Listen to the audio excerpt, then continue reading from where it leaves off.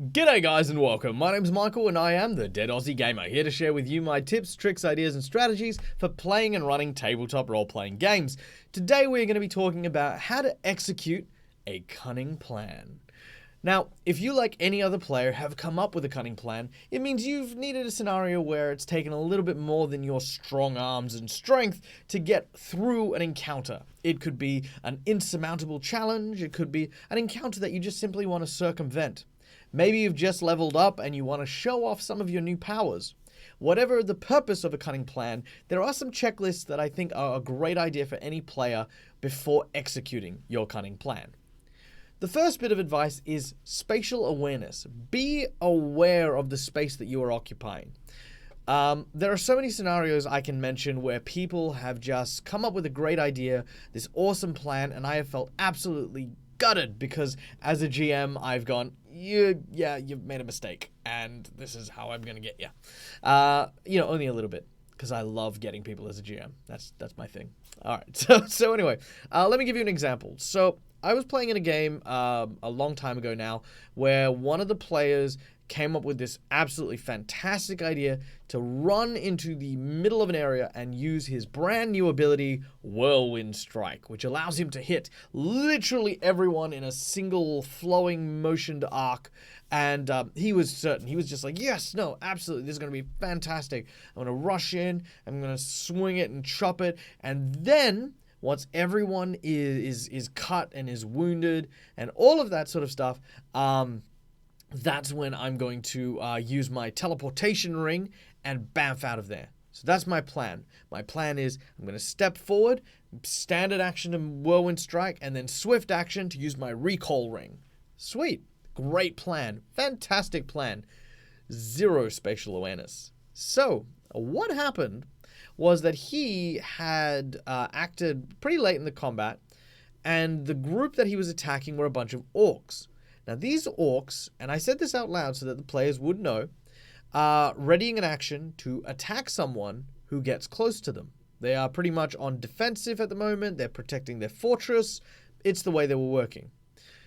The group knew this, I knew this, the player either forgot it or he wasn't paying attention, either or, and charged straight for these orcs.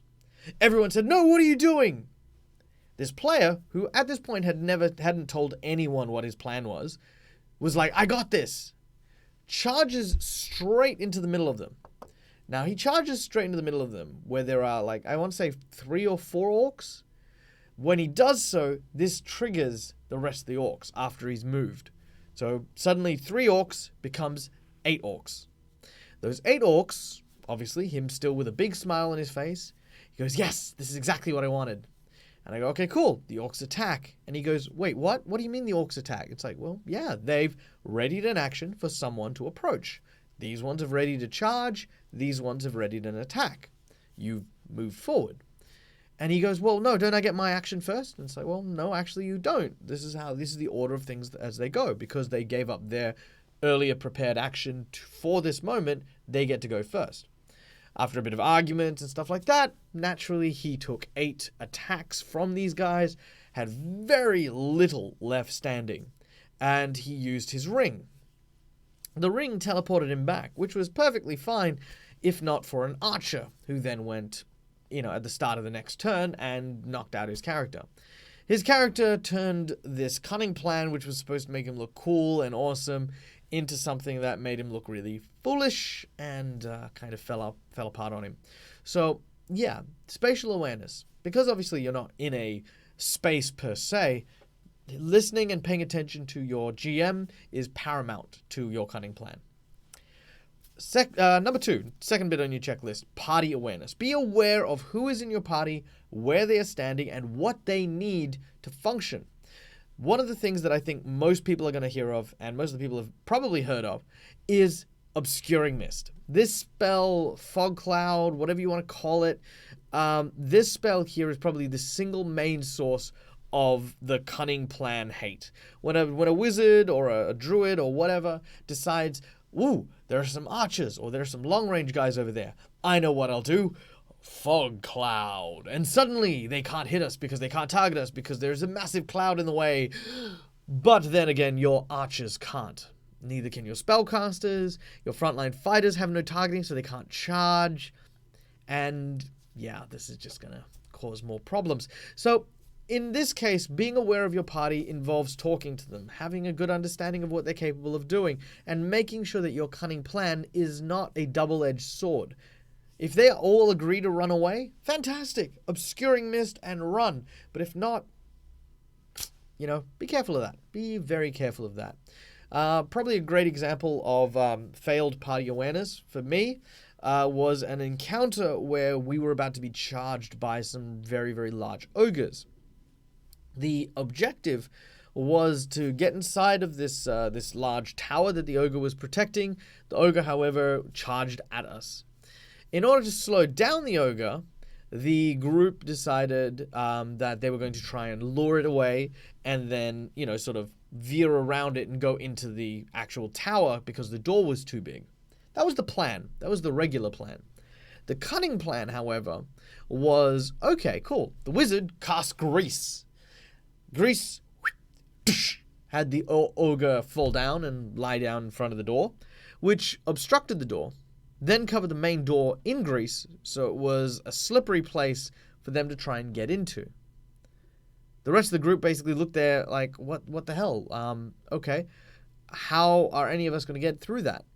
I suppose that's kind of a spatial awareness thing as well, but specifically, the problem here is that with the ogre now not following anyone, or the people who are like, you know, hey, come over here, their part of the plan is no longer void, meaning now they're all the way over there for no reason. So kind of undermined the other party members in that way.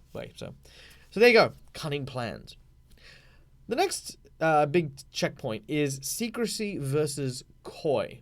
Now, secrets can be great because when we come up with a cunning plan, there is that reveal moment, the moment where the plan unfolds and does something memorable. This is kind of what we as players strive to achieve. My advice, if you are a player coming up with a cunning plan to reveal to your GM, communicate privately with the other players. This could be pulling them aside and saying, hey, I've got this idea. It could be about sending a text message in a group chat and saying, hey, you're cool, this is the plan. Yeah, just check that out when you get a chance. These are great. These are fantastic. If you're doing it the other way and you want to surprise the group, communicate with the GM. Say, hey, GM, you know, I've sent you a thing, you know. Or even just sort of like, GM, can I have just a quick word with you about something? Yeah, just a quick something. Secrecy in this way works very well because it means that you've got people supporting you. If your table is supporting you, then you surprise your GM. Mostly with the teamwork, but of course you will surprise them with the plan. The GM will obviously work with you to allow you to be able to surprise the group. One of the best moments that I think of secrecy on a table with a cunning plan has been for me was we were on a pirate ship and they were supposed to grab a map to a hidden and long lost treasure. They had forgotten that, jumped on the ship, and started a massive battle, which ended with the pirate ship being sunk. As the pirate ship was sinking below the waves, everyone stopped and went, oh, damn it, you were supposed to get the treasure map and we forgot. Now we have to go and try and fish it out of the water. At this point, one of the players turns to the group and says, actually, I had my familiar go into the lower decks while we were fighting and, ta-da, I actually have the map the whole time. This was because partway through the combat, the player had communicated with the GM, I was a player at the time, had communicated with the GM that he sent his pet parrot into the ship looking for the plans and then retrieved the plans and, you know, hid it away from us. Which, you know, the GM was happy to do, and it was a great moment. We basically celebrated him as a champion because he literally, made it so that we didn't have to go digging around at the bottom of the ocean. That is what you want. That is what you're chasing. What tends to happen, though, if you do it by yourself, is you end up coming across coy. Now, coy is not something you want to be at a table. Let me give you an example. Hey, GM. Okay, cool. It's my turn. Yep, I'm going to move to here, and I'm going to target that orc. Make me a will save. What do you mean, what am I doing? I just need you to make me a will save. Look, I didn't say I was casting a spell. I just need you to make me a will save. Okay, yeah, no, look, it's not a special ability or anything. I just need you to make me a will save. God, yeah. Notice how this kind of train seems to go in a negative place? The reason for this is because I don't think any GM should feel as though they are being, I suppose, prompted in that way by a player. I'm a very big fan of players keeping secrets from the GM, sure, but being coy with the GM, saying that, like you want to prompt them to do stuff. Look, if you're doing stuff, you should be doing it in character and in the game. I cast Burning Hands, or I cast Phantasmal Killer, or I use Obscuring Mist. Whatever it is your obligation to tell the table what it is you're doing.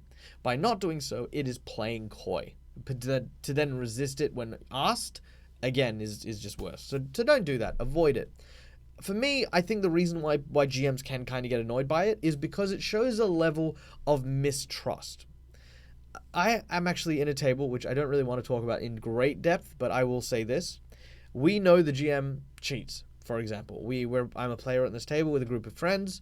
The GM is also a friend, and yeah, we know he cheats, because every time we do something that would end a battle, or potentially risk, bringing the battle to a conclusion, he will roll a natural 20, guaranteed, hands down. We even gotten to a point where we're private texting each other and saying, all right, next action, guarantee, natural 20.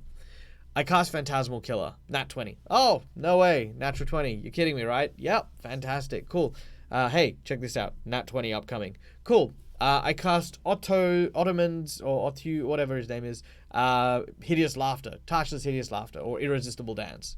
Oh, natural 20s again. Fantastic, here we go.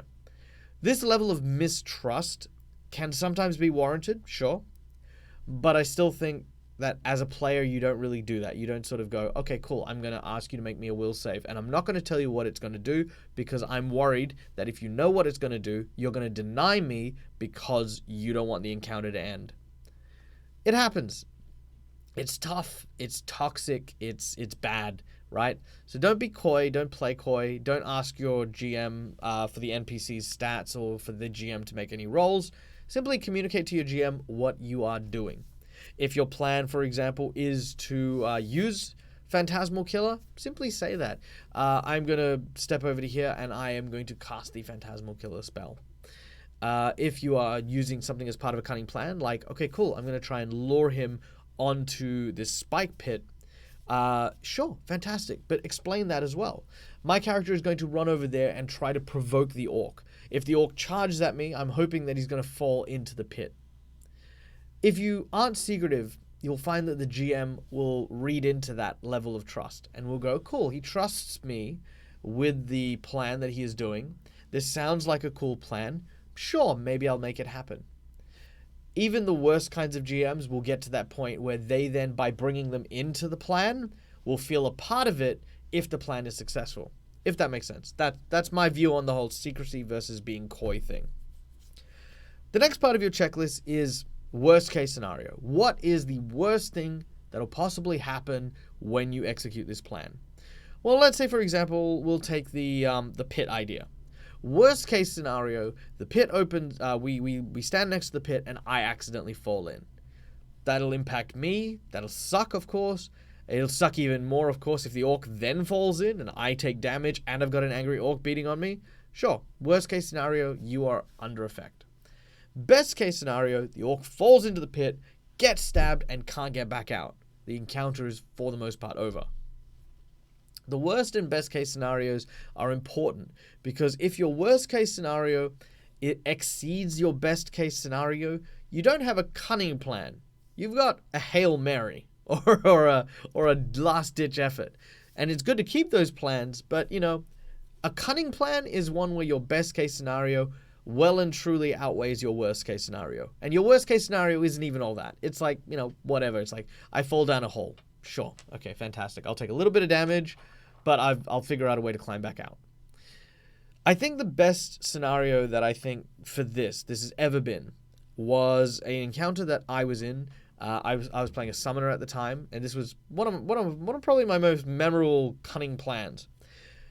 We were in a big building that was filled with these demon Quillup type things and stuff like that, and we were fighting them, and they were super tough. They had tentacles that could drain our strength. They were poisonous. They had fangs. It was terrifying. It was like a thing from Lovecraft, right? Now, my summoner was summoning a bunch of creatures, and that's how I've been playing him for the most part. Here's a ghoul, go fight that instead of me. Here's a troll, go fight that instead of me. I did have one spell which I use basically in case I need to change my summon, called Alter Summon Monster. I basically turn to my summon monster and I go, okay, cool, I don't need a ghoul anymore, I need a chihuahua. Fantastic. That's how we go. And I never thought about using it aggressively until one of the other players mentioned, hey, I'm going to use a knowledge check, and he discovered it's a summoned monster. It's not a creature that's actually here. It's a summoned spell. And I went, huh. Okay. Worst case scenario, I use my Alter Summon Monster spell on it. It doesn't work. I've lost a spell. Okay. Best case scenario, we are now fighting a bunny rabbit. Fantastic. This is a cunning plan. So yeah, I said, hey guys, listen, I'm going to try this. Just be aware that if it doesn't work, don't put down your blades just yet, but we might be able to turn it into a bunny rabbit. So boom, I used it, turned it into a bunny rabbit. Everyone then looked at it and went, well, it's a bunny rabbit. How long does the spell last? It's like, well, it's just, that's it now. However long their summon spell lasts for is how long this thing is here. Oh, it's a permanent summon. Well, there's a permanent bunny rabbit. We took it outside the field, and we let it hop away, and off it went. But, this scenario and many others are examples of how cunning plans can really make a great moment. From that point, we were just like, wow, this is great. This is awesome. That was such a cool thing because it was such a horrifying monster that was so difficult to beat. And in a single twist of having the right spell or the right ability, we managed to circumvent the encounter. So whenever you're dealing with a cunning plan, just remember these 5 little things. Spatial awareness. Where are you? What is going to be impacted by the presence of your cunning plan? Party awareness. Are your party going to suffer any ill effects from your plan? If so, how do you mitigate that? 3, secrecy. Sure, keep secrets, make things a surprise, but don't fail to communicate with at least someone on your table when you are coming up with a great plan. And lastly, your worst and best case scenarios. How bad is the worst and how good is the best? And strive to make the best case scenario of the thing that you're playing with. Alright guys, thank you so much for joining us. I hope you enjoyed this video. If you did, please hit that like button, hit that subscribe button, and of course go check out all of our links in the description below. If you guys want more videos and stuff like that, leave a comment below. Let me know what topics question your mind, and I will see about making videos as well. Or join us on Discord, where you can contact me directly and ask me your questions in person. Till next time guys, as always, game hard or die trying. See you guys.